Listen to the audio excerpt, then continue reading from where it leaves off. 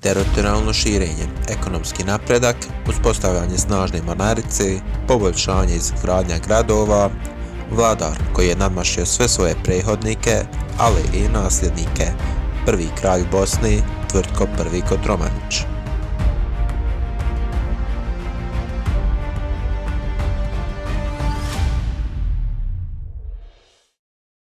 Godina je 1353. U Bosanskoj Banovini preminuo je Stjepan II Kotromanić. Bosanski ban, koji je uprkos svim izgledima uspio učvrstiti samostalnost Bosne, izvesti njene granice na Jadran, učvrstiti ekonomiju, ostvariti snažne porodične veze u Europi i ostaviti čvrste temelje za svog nečaka Tvrtka I. Prijenos vlasti na Tvrtka je prošla bez problema. Međutim, pošto je Tvrtko bio maloljetan, zvanično je poslove obavljao njegov otac Vladislav, brat od Stjepana II. 1354. održan je stanak sve zemlje Bosne, gdje je Tvrtkova vlast i ozvančena. Nažalost, nakon tek prve godine, njegov otac Vladislav je preminuo, a Tvrtko je nastavio da vodi vlast zajedno sa svojom majkom. Prvih godina Tvrtko je išao zemljom i potvrđivao povelje koje su imale osnove da garantuju prava drugih koji su imali pod vlašću Stjepana II. Kao rodu Hrvatinića, Dubrovčanima i Bosanskoj biskupiji. U povelji izdano je Bosanskoj biskupiji Tvrtko se nije nazvao vladarom Huma, a sve zbog pritiska koji je vršio ugarski kralj Ludovik na Bosnu, ali i na regiju. Ambicije ugarskog kralja prema Bosni se nisu smanjivale i već 1357. je pridobio i određenu vlastelu iz porodice Hrvatinića iz donjih kraja. Sa ovim se uveliko ugrozila Tvrtkova vlast unutar zemlje. Te iste godine Tvrtko putovao u Ugarsku da razriješi probleme sa ugarskim kraljem. Ali dok je boravio na dvoru, ugarski kralj ga je forsirao da prizna njegovu vlast i ustupi dijelove Huma, a za osiguranje ovoga ugovora ugarski kralj je zahtijevao da Tvrtko ili njegov brat stalno borave na ugarskom dvoru. Da bi stvari postale gore, već sljedeće godine Ugarska je osvojila cjelokupnu Dalmatiju od Venecije i forsirala Dubrovnik da davak koji je plaćan Bosni bude plaćan ugarskom kralju kao vrhovnom vladaru, čime je Bosna uveliko oštećena ekonomski. U sljedećih nekoliko godina izgledalo je kao da ugarski kralj smanjio svoje ambicije prema Bosni, ali on je čekao prikladan trenutak na popuštanje ili eventualne uvrede da bi dobio i konačni cilj za pohod na Bosnu. Ali, pošto ništa od toga nije došlo, ugarski kralj je odigrao staru kartu bosanskih neprijatelja i za pohod na Bosnu uzeo istrebljivanje herezije, to je bogumilstva u Bosni. Tako je kralj 1363. krenuo na Bosnu preko posjeda već pridobijenih članova porodice Hrvatinića. Knez Vlatko Vukoslavić, koji mu je ustupio grad Ključ na Sani. Međutim, ono što ugarski vladar nije očekivao jeste da Vlatkov stric, Vukac, neće uraditi isto, već se suprotstaviti ugarskom kralju i pružiti neočekivani otpor koji je primorao ugarskog kralja na povlačenje. Ugarski kralj nije tako lako odustajao i već nešto kasnije iste godine poslao novu vojsku prevođenu Palatinom Nikolom Kontom. Ovaj put vojska je napala kroz Usoru, ali i ovdje je dobila veliki otpor kod Srebrenika i također je bila forsirana na povlačenje. Sa ove dvije pobjede nad daleko većom vojnom silom iskazalo se kako je vlastela u Bosni u većinskom dijelu bila ujedinjena protiv vanjskih utjecaja, sa čime se i uveliko smanjuju ambicije Ugarske na Bosnu. Iako je vlastela Bosne bila ujedinjena protiv vanjskih utjecaja, unutar su i dalje postojali problemi i pokušaje ličnih ojačavanja, što je 1366. godine dovelo i do pobune od nekih župana zajedno sa Tvrtkovim bratom Vukom, koji su istjerali Tvrtka i njegovu majku iz države i proglasili Vuka vladarom.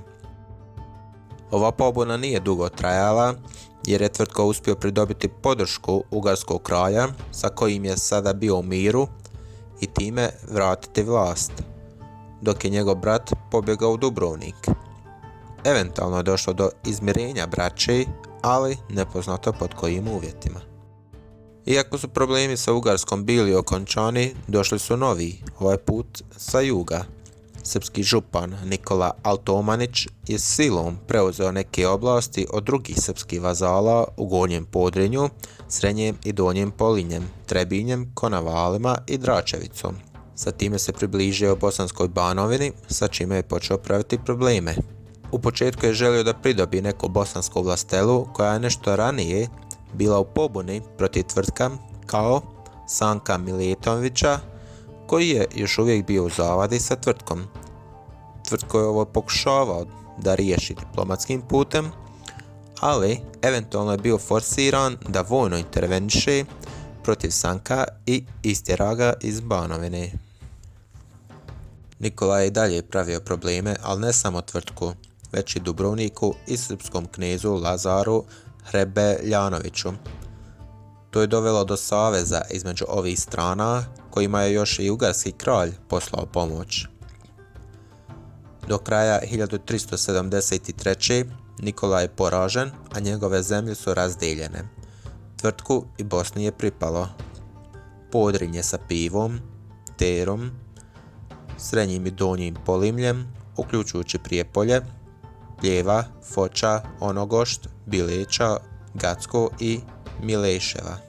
Nakon razriješenih svih vanjskih problema, Tvrtko se oženio 1374. sa bugarskom princezom Dorotejom, kćerka vidinskog cara Ivana Stracimira. Nešto ubrzo nakon vjenčanja, Tvrtko se okrenuo daljem širenju države. 1375. krenuo je pohod protiv nedavnog saveznika Đurađ Balšića, sa kojim je bio u savezu protiv Nikole. Do 1377. Tvrtko je osvojio Đurađove posjede pri području Bosni, Trebinje, Konavle i Dračevica. Pored porijekla koje je imao iz porodice Kotromanić preko svoga oca, Tvrtko je vodio i porijeklo iz nekoliko važnih porodica iz regije, kao porijeklo od hrvatske banovske porodice Šubići i vladarske porodice Ugarske Arpad preko svoje majke Jelene, a preko očeve Nene je vodio porijeklo iz srpske porodice Nemanjići. Pošto je nešto ranije, 1371. sa smrću Stefana Uroša, vladarska porodica Nemanjići ostala bez muškog nasljednika, u Srbiji je došlo do raspada centralne vlasti. Pošto je do 1377. Tvrtko zavladao dijelovima nekadašnjeg srpskog kraljevstva i imao porijeklo srpske kraljevske porodice, Tvrtko je odlučio da 1377. u Milama kod Visokog kruniše se za kralja i podigne Bosnu na rang kraljevstva i porodicu Kotromanić učini kraljevskom porodicom. A da bi učvrstio svoju poziciju kao vladara Srbijom, Tvrtko je dodao i vladarsko ime Stefan. Puni naziv Stefana Tvrtka I. Kotromanića je sada glasio vladar Srbljem, Bosnom, Pomorju i zapadnim stranama. Njegova krunidba je prihvaćena u susjedstvu, ali i širi. Nešto kasnije umro je i ugarski kralj bez muških nasljednika, sa čime je vlast prešla na njegovu kćerku Mariju, unukom od Stjepana II. Kotromanića, ali pod nadzorom njene majke Elizabete, kćerku Stjepana II. Kotromanića. Ovo je u Ugarskoj prouzrokovalo probleme koje je Tvrtko iskorištavao za vraćanje dijelova Huma koje mu početkom vladavine oduzeo ugarski kralj. Pošto je Tvrtko sada bio veliki igrač u regiji, 1385. se Marija i Elizabete obratile za pomoć Tvrtki. Tvrtko im je obećao biti saveznik protiv svih neprijatelja osim poljske kraljice Jadvige, koja je također bila unuka Stjepana II. Kotromanića. A za uzvrat je dobio grad Kotor. Stvari na ugarskom dvoru se nisu poboljšavale, što je Tvrtko nastavio da koristi za širenje granica i do 1388. uspio zauzeti Klis, Vana, Omiš, Ninu, Ostrovice. Dalje širenje granica na Jadranu su bile ometane 1388. upadom Osmanlija na prostor Bosne, što je dovelo do bitke kod Bilječe gdje je Tvrtko odnio sigurnu pobjedu. Tvrtko je vršio sve veće pritiske na jadransko područje i zahtijevao da mu se gradovi predaju i priznaju njegovu vrhovnu vlast. Dobili su krajnji datum za predaju 15. juni 1389. Međutim, na taj dan se dogodila jedna posve druga bitka. Na Kosovskom polju se sastala kršćanska vojska u kojoj je cijeli jedan odred bio sastavljen od bosanske vojske protiv Osmanlija. Tvrtko je ovu bitku proglasio kao pobjedom, a posebno uzeo i veliku zaslugu za sebe.